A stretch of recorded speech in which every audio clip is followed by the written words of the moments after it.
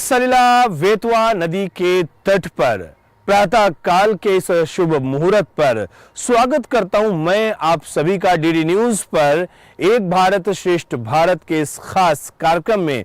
मैं हूं आपके साथ मनीष बाजपेयी। कहा जाता है सात धार सरजू बहे नगर ओरछा धाम, फूल बाग नव चौक पर विराजे राजा राम। ओरछा के साथ भगवान श्री राम का ये संबंध उतना ही प्राचीन है जितना कि, और ये भी कह सकते हैं उतना ही सत्य है जितना कि सूरज का पूरब में उदय होना। क्योंकि मान्यता यह है कि अयोध्या के बाद अगर भगवान श्री राम के लिए दूसरा महत्वपूर्ण कोई भी स्थान है इस धरा पर तो वो ओरछा है। और इसको महज ओरछा नहीं कहते हैं, इसको ओरछा धाम कहते हैं। ऐसी क्या कुछ चीजें जुड़ी हुई हैं इस ओरछा से, भगवान श्री राम की कौन कौन सी गाथाएं जुड़ी हुई हैं इस ओरछा के साथ, और इसके साथ बहुत कुछ ऐसा है यहाँ पर जो आपके लिए जानने के लिए दिलचस्प भी होगा, मनोरंजक भी होगा, और हाँ कुछ जानकारियां ऐसी होंगी जो वाकई आपको विस्मित भी कर देंगी। तो बने रहिए हमारे साथ। इस अगले आधे एक घंटे में हम आपको दिखाएंगे ओरछा धाम के बारे में और बताएंगे भगवान श्री राम के साथ इसके अनोखे संबंध के बारे में।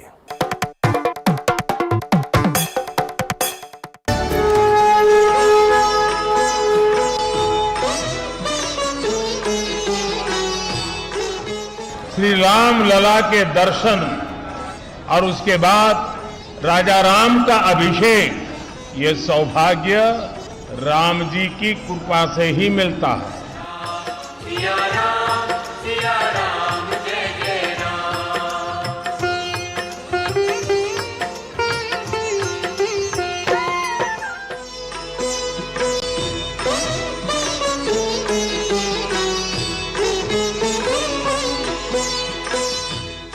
भगवान राम ने अपने वचन में, अपने विचारों में, अपने शासन में, अपने प्रशासन में जिन मूल्यों को घड़ा वो सबका साथ, सबका विकास की प्रेरणा है और सबका विश्वास, सबका प्रयास का आधार भी है।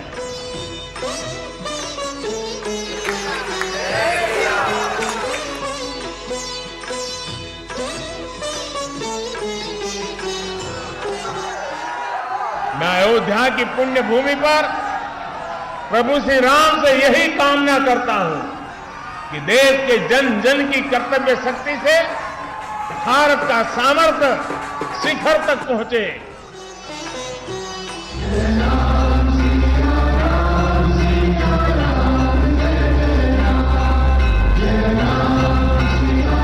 बोलो सियावर रामचंद्र की, सियावर रामचंद्र की, सियावर रामचंद्र की। ओम जय सरयू माता, मैया जय सरयू माता, जो तेरे तट पे आता, जो तेरे तट पे आता, भव से तर जाता। ओम जय सरयू माता।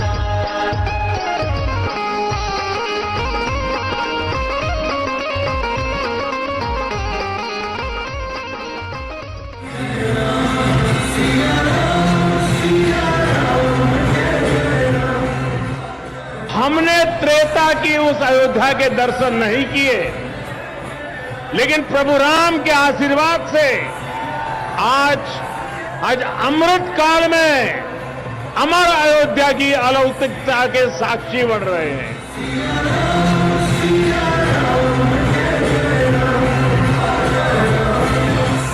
दीवा जेवी आस ने दीवा जेवो ताप, दीवा जेवी आग ने दीवा थकी हास, उगता सूरज ने हर कोई पूजे, ये तो आथमती सांझे आपे साथ, जाते बड़े ने बाड़े अंधार, मानव मन मा उगे रखो पानो भाव।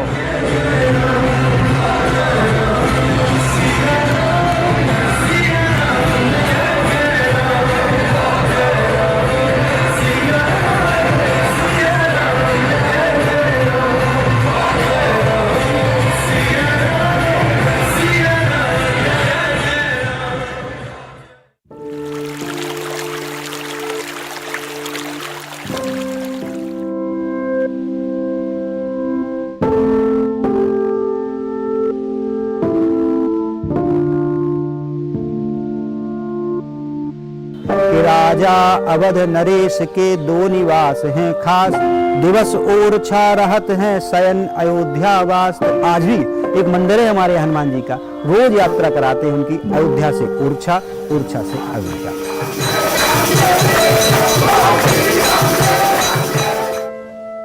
एक नाम जो कि भारतीय सांस्कृतिक मूल्यों की पहचान है, एक नाम जो कि भारतीय पारंपरिक धरोहर को गरिमा प्रदान करता है, एक नाम जिसके लेते ही भारतीय सांस्कृतिक चेतना का विलय होता है, और एक नाम जो कि राज्य के आगे अगर लग जाए तो वाकई वो राम राज्य हो जाता है, और जिसकी कल्पना, जिसका आकांक्षी हर शासक रहता है और शासन करने वाला वर्ग रहता है। और आज हम ऐसे ही राम राजा सरकार के दर पर आए हुए हैं, और जाहिर सी बात है जब हम उनके धाम में हों तो फिर तो उनके बारे में बताना बनता भी है और ये जरूरी भी है। तो एक भारत श्रेष्ठ भारत के इस खास कार्यक्रम में आज हम बात करने वाले हैं राम राजा सरकार की, जो कि विराजते हैं ओरछा धाम में।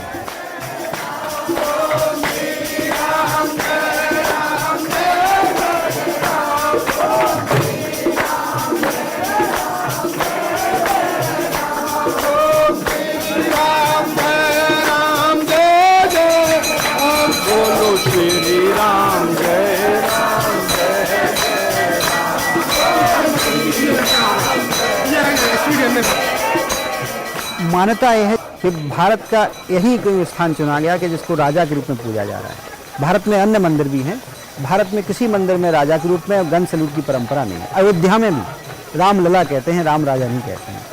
तो यहाँ जुड़ती है कहानी त्रेता से, ऐसी मान्यता है। जब राम स्वयं थे तो महाराज दशरथ ने राम के बालक रूप का तो दर्शन किया। जब राम युवा होकर शिक्षा प्राप्त करके वापस लौटे नगरी अयोध्या में, तो महाराज दशरथ के ये भाव जागे कि जब राम के हम सिंहासन पर बैठे हुए राजा के रूप में दर्शन करें और भारतीय संस्कृति की जो परंपरा है वानप्रस्थ की, उसमें हम प्रवेश करें। पर उनका जो संकल्प था वो हुआ उल्टा, उसके वनवास राम को जाना पड़ा और महाराज दशरथ का उस विरह में स्वर्गवास हो गया। तो उनका जो संकल्प था राम को राजा के रूप में सिंहासन पर विराजमान करने का, वो अधूरा रहा। अब शास्त्र परंपरा ये कहती है जब आपका कोई संकल्प पूरा ना हो तो उसको मूर्ति बना के आप पूरा कर सकते हैं, ऐसा शास्त्र कहते हैं। आप जानते हैं जब राम ने अश्वमेध यज्ञ किया, माता सीता वन में थी, तो राम ने स्वयं माता सीता की स्वर्ण मूर्ति बनाई, यज्ञ किया और पूरा आयोजन किया। तो माता कौशल्या ने अपने पति के वचन को मानते एक मूर्ति दिव्य बनाई राम जी की राजा के रूप में। उससे उन मूर्ति से उनका इतना अनुराग हुआ कुछ वर्षों पश्चात कि उन्हीं को राम समझने लगती हैं, और जो राम बन गए हैं उनको भूल जाती है, इतना प्रेम था उस मूर्ति से।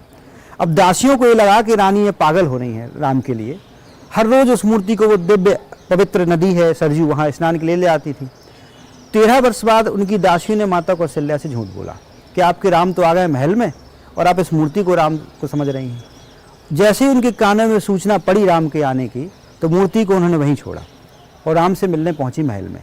जब वो पहुंचती हैं राम से मिलने तो राम उनको नहीं मिले, क्योंकि राम 14 वर्ष बाद लौटने थे, ना कि 13 वर्ष बाद। वहाँ से माता कौशल्या निराश हुई उस महल से और पुनः घाट के पास पहुंची। तो कहा यह गया कि मूर्ति पानी में विलीन हो जाती है। माता कौशल्या जब राम नहीं मिले और राम की मूर्ति भी चली गई तो उनकी आंखों से अश्रु आने लगते हैं।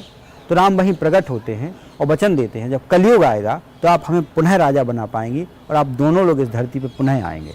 तो महाराज दशरथ जो हैं, यहाँ के जो तीसरे शासक हैं, जिनको महाराजा मधुकर शाह कह रहे हैं, उनका एक पुनर्जन्म है। और जिनको हम यहाँ की रानी मानते हैं कुरगनेशी बाई, वो माता कौशल्या के पुनर्जन्म है। अब हुआ क्या, कलयुग है, कृष्ण भी आ गए हैं इस युग के पहले, और यहाँ के जो अध्यात्मिक गुरु हैं पंडित हरिदास व्यास, वो कृष्ण के अनन्य भक्त हैं। तो राजा पे जो भक्ति प्रभाव आया वो कृष्ण की भक्ति, क्यों, उनकी गुरु के प्रभाव से। और यहाँ की जो रानी वही यथावत राम भक्त। अब ऐसा मानते हैं कि राजा हमेशा मथुरा की यात्रा करते थे कृष्ण के दरबार में, और रानी हमेशा अयोध्या की यात्रा। दोनों अपने अपने को श्रेष्ठ मानते थे। इन दोनों में यद्यपि लिखा है कि राम कृष्ण दो एक हैं, अंतर नहीं निवेश, इनमें कोई अंतर नहीं होना चाहिए। 24 अवतारों में भगवान ने त्रेता युग में राम जी का अवतार लिया और द्वापर युग में कृष्ण अवतार लिया, तो दोनों बराबर के हैं। तो राजा ने कहा कि देखिए आप हमारे साथ रहे, यदि मेरी अर्धांगिनी हैं, महारानी बनी है, तो मेरे साथ पूजा कीजिए। उन्होंने कहा नहीं, हम राम उपासक हैं, आप कृष्ण उपासक है, अपना काम करें। अब एक बार यहाँ के राजा मथुरा पहुंचे तो ऐसा मान्यता है वहाँ दरबार बंद था। तो जब साधु मंडली गायन कर रही थी तो राजा ने इतना भावपूर्ण गायन किया कि कृष्ण को मंदिर से बाहर निकलना पड़ा और उनके साथ नृत्य करना पड़ा। जब देवता इस दृश्य को देखते हैं, कुबेर और इंद्र फूलों की वर्षा करते हैं। आज भी स्वर्ण फूल इनके वंशजों के पास टीकमगढ़, जिनकी अंतिम राजधानी है, वहाँ संरक्षित है। हाँ जी, अब दिव्य इन फूलों के साथ, दिव्य अनुभूति के साथ राजा वापस लौटे। अब एक विशेष संवाद होता है पति पत्नी का व्यक्तिगत, यही संभवतः इसी महल में वो संवाद हो रहा था। राजा अपनी पत्नी पे कटाक्ष करते हैं कि आप बहुत पूजा करती हो राम की, आप इतना गाती हो, इतना उपवास करती हो, राम आपको कभी एक झलक दर्शन भी नहीं लेते हैं, और हमारे कृष्ण मात्र गाने से प्रसन्न होते हैं, इतने दयालु हैं। एक बार चलिए मथुरा, वैभव देखिए, आप अपनी अयोध्या भूल जाएंगी, अपने आप राम को भूल जाएंगी। रानी अनन्य भक्त थी राम की, उन्होंने मना कर दिया, तो राजा को बहुत बुरी लगी बात, ये पीड़ा हुई राजा को कि उनके इष्ट का अपमान है। तो राजा बोलते हैं आपको अयोध्या जाना है, आप स्वतंत्र हैं, प्रसन्नता से जाएं। अयोध्या से ओरछा वापस आए तो एक वचन, अपने राम के साथ ही लौटें आप, अन्यथा अब ना लौटें इस नगर में। रानी ने स्वीकार किया, अयोध्या पहुंचती है राम को मनाने के लिए, पर राम सहज सरल देवता नहीं है कि आपने गायन किया और राम प्रकट हुए। राम वो देवता हैं जिन्होंने स्वयं 14 वर्ष का एक वनवास सहा, तो अपने भक्त को पीड़ा से मुक्त तो करते हैं पर समय बाद करते हैं। 1 वर्ष 1 माह की कठोर तपस्या के बाद भी राम प्रकट नहीं हुए। शरीर इनका धीरे धीरे क्षीण होने लगता है, तो अब इनका शरीर इतना आसक्त हो गया कि चलने में भी आसक्ति हुई। तो रानी को लगा शरीर कलंकित है, राम इसमें मिलने वाले नहीं है, तो क्यों ना इसको समाधिस्थ किया जाए। तो जैसे ही वो जल समाधि के लिए पवित्र सरजू नदी में कूदती हैं, उस काल में जो उनकी मूर्ति खोई थी वो प्रकट होती है, दर्शन देती है।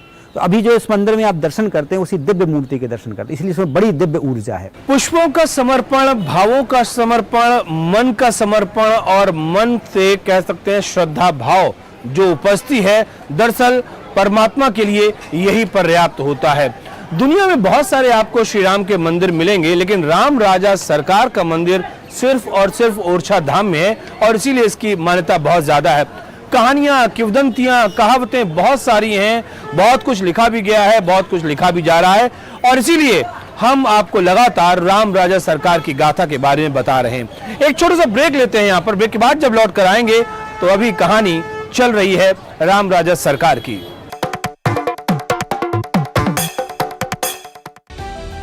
समाज की बेड़ियां तोड़कर हासिल किए अनोखे मुकाम, उज्जवल भविष्य के स्वप्न के साथ उन्मुक्त गगन में भरी उड़ान, बाधाओं के बंधन काटकर साबित की अपनी पहचान, जो अपने बुलंद हौसलों से सामाजिक बेड़ियां तोड़कर लिख रही हैं वीरता की गाथाएं। मैं उन्मुक्त, मैं स्वच्छंद, मेरा ध्येय अनंत, मेरी दिशा अनंत। मिलिए इन प्रेरणादायक शख्सियतों से मेरे साथ कार्यक्रम तेजस्विनी में, सिर्फ डीडी न्यूज पर।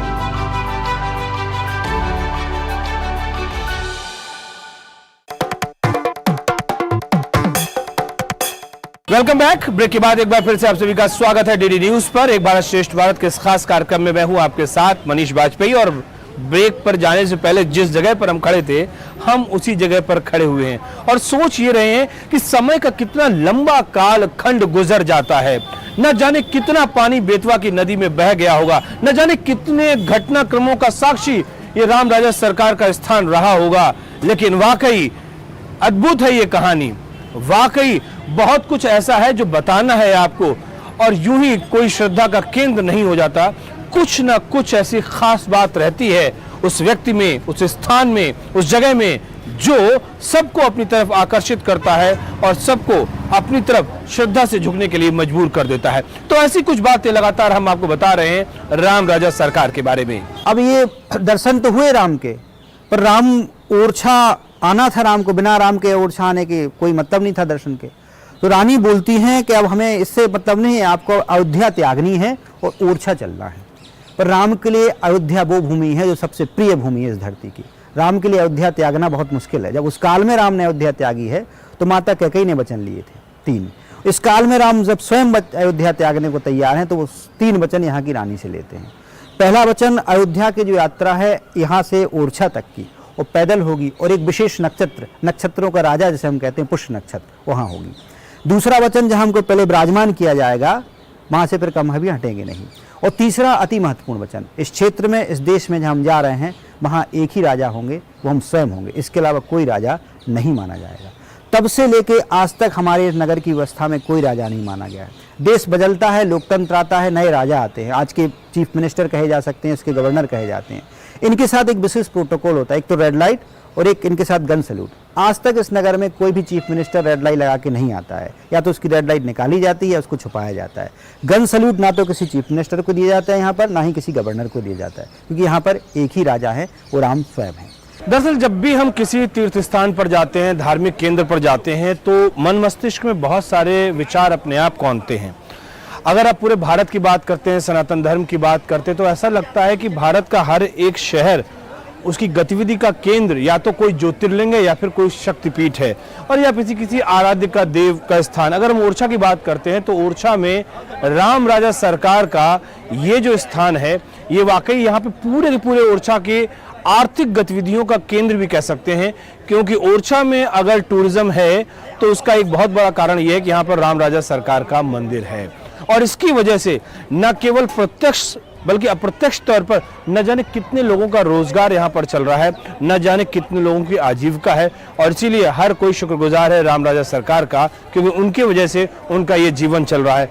चलिए देखते हैं, कहानी भी हम आपको बताते हैं क्या कुछ राम राजा सरकार मंदिर में हमें यहाँ देखने को मिल रहा है। चाहे फूल वाले हों, चाहे बच्चे हों, चाहे बुजुर्ग हों, चाहे टैक्सी वाले हों, चाहे होटल वाले हों, रूम देने वाले हों, हर किसी का रोजगार सिर्फ इस वजह से चल रहा है क्योंकि यहाँ पर राम राजा सरकार का धाम है यहाँ पर, और मैं फिलहाल इस प्रांगण में मौजूद हूँ। ओरछा का ये रहा है कि यहाँ पर जो यहाँ की रानी थी वो रामलला को लेने अयोध्या गई थी, वहाँ से फिर उनको लेके आई थी।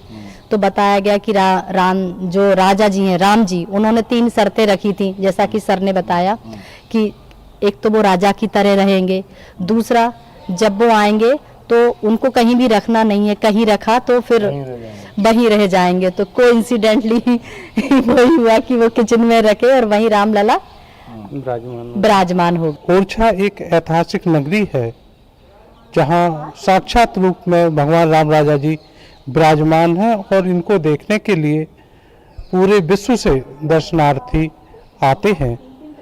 क्योंकि मैंने यहाँ का सब कुछ देखा है, पूरा इतिहास देखा है, अब आम आदमी को ये समझने की आवश्यकता है कि हमारे पूर्वज कितने इंटेलिजेंट रहे होंगे कि जिन्होंने इतने अच्छे अच्छे महल बनवाए, जहांगीर महल, शीश महल, और भगवान राम राजा का जो मंदिर है, इतना भव्य मंदिर शायद ही कहीं देखने को मिलेगा। अब तीनों वचन यात्रा प्रारंभ हुई वहाँ से अयोध्या से ओरछा तक की, तो 8 महीने 27 दिन लगे यहाँ पर पैदल पैदल आने में रानी को। उस यात्रा से पहले रानी यहाँ लिखती है एक पत्र राजा को। उस पत्र में अपना वर्णन करती हैं कि हम अब लौट रहे हैं नए राजा के साथ, और राम राजा के साथ लौट रहे हैं हम। अब राजा को पत्र उन्होंने पढ़ा, जब क्योंकि पत्र बहुत पहले आ गया, तो पत्र में पढ़ा कि राम लौट रहे हैं, राजा के रूप में लौट रहे हैं, तो उनको उस त्रेता की याद आई कि राम लौटेंगे, हम उनका स्वागत करेंगे, वानप्रस्थ चले जाएंगे। तो राम के स्वागत करने के लिए इस दिव्य विराट मंदिर का निर्माण प्रारंभ किया। राम यहाँ का स्वागत करेंगे, यहीं से अपने दर्शन करेंगे, वानप्रस्थ की तैयारी होगी।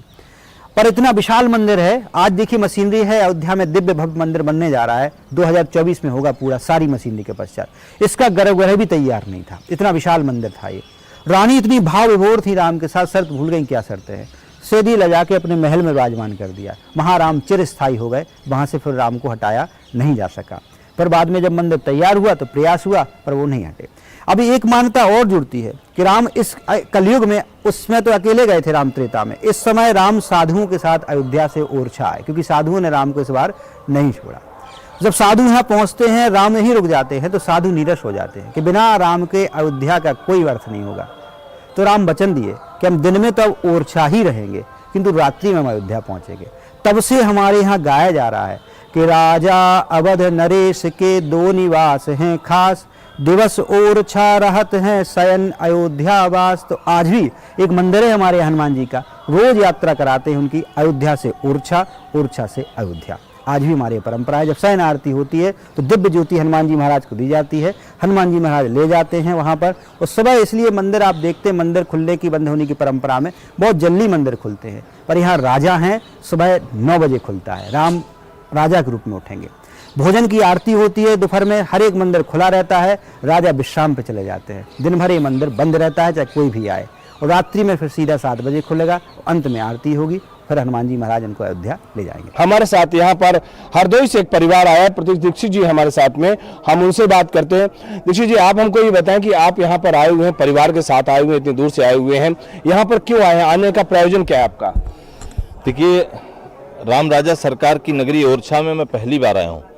तमाम तीर्थों पर, तमाम जगहों पर जाना हुआ, ऐसा कुछ सुयोग था कि यहाँ नहीं आ पाए, लेकिन वास्तविकता में यहाँ पे आने के बाद में एक ऐसी सुखद अनुभूति हो रही है अंदर से। जो यह दृश्य अभी देखा है, इसको देखने के बाद इसको शब्दों में कह पाए ये थोड़ा सा कठिन है। बहुत अच्छा लगा यहाँ पे आके।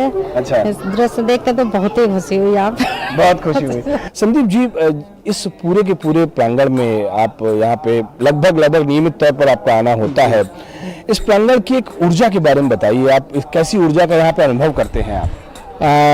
ऊर्जा के बारे में जो आपने कहा, ऊर्जा का जो अनुभव मैंने यहाँ पे किया है, लगभग मैं यहाँ 3 साल से यहाँ पर रह रहा हूँ और लगभग 1.5 साल मुझे यहाँ पर तहसीलदार के रूप में हो गए।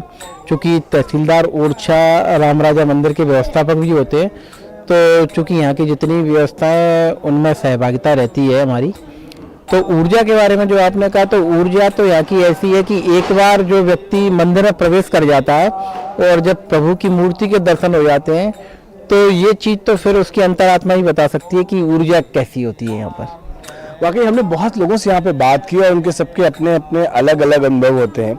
आप भी यहाँ पे बहुत से लोगों से मिले होंगे, कई लोगों से बातचीत होती होगी, लोगों की प्रतिक्रिया कैसी रहती है? लोगों की प्रतिक्रिया तो मैंने ऐसी देखी है कि यहाँ पर कभी कभी जो वार्षिक पर्व होते हैं और कुछ मासिक पर्व भी होते हैं, जो पुष्य नक्षत्र में एक मासिक पर्व भी होता है, तो यहाँ पर लाखों श्रद्धालु आते हैं। क्योंकि जब एक साथ लाखों लोग दर्शन के लिए आते हैं तो लोगों को परेशानी का सामना भी करना पड़ता है, लेकिन जब वो परेशानी के सामना करने के बाद में जब मंदिर के दर्शन कर लेते हैं तो उनकी सारी परेशानियां दूर हो जाती हैं। ऐसा मैंने कई लोगों को देखा और सुना है। एक बार तो कुछ एक व्यक्ति मुझे जो बता रहे थे कि बोले हम दर्शन करने आए थे और बोले दर्शन करने के लिए इतनी भीड़ थी, बोले हमें लग ही नहीं रहा था कि हम दर्शन कर पाएंगे, लेकिन बोले हमें बड़े अच्छे दर्शन हुए। तो यहाँ एक बार व्यक्ति बस अंदर आ जाए तो उसकी जो परेशानी थकान होती है वो दूर हो जाती है, ऐसा लोगों का अनुभव है। अपनी अपनी भावनाएं, अपनी अपनी श्रद्धा और आस्था के वशीभूत होकर लोग बहुत कुछ कहना चाहते हैं। ये भी यहाँ के सफाई के कार्य में, स्वच्छता के कार्य में लगे रहते। मैंने इनको अभी देखा था तो इन्होंने आग्रह किया कि भैया हमसे भी कुछ बात कर लो, तो निश्चित तौर पर उनके आग्रह को हमने स्वीकार किया है। आप बताइए क्या बताना चाहते हैं? हम ये बताना चाहते हैं कि हम 2008 में हमने पुख नक्षत्र में पैदल आए हम, तो 1 बार आए, 2 बार आए, 10 बार आए और 100 बार आए।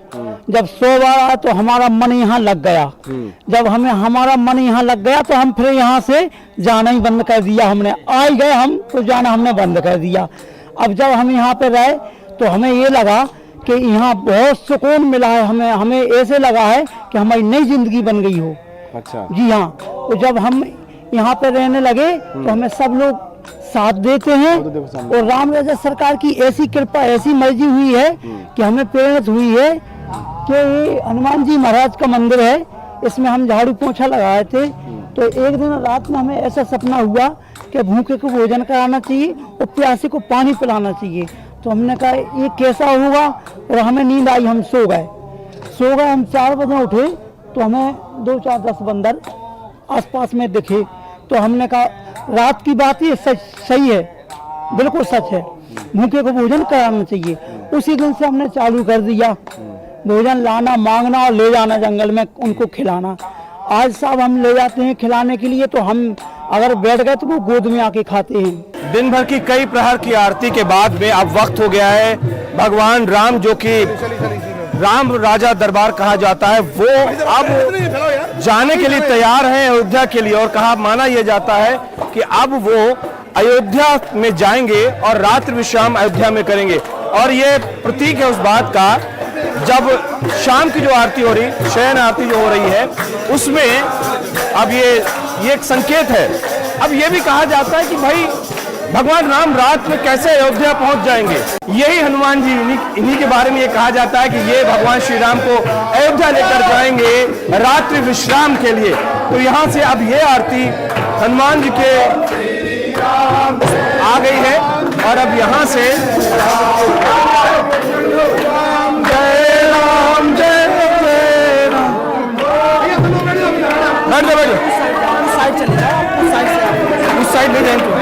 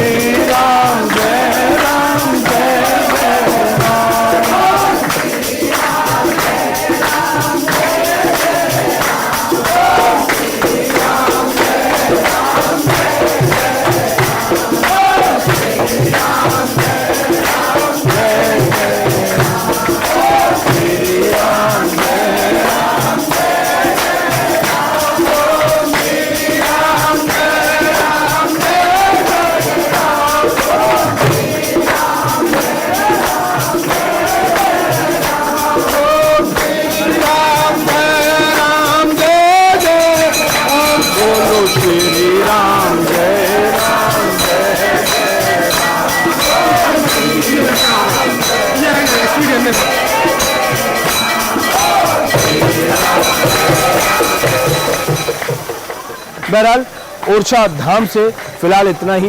दीजिए मुझे मेरे टीम कैमरा पर्सन शैलेंद्र और सहयोगी विनोद के साथ इजाजत, लेकिन इस वायदे के साथ कि फिर होगी आपसे मुलाकात। तब तक के लिए नमस्कार।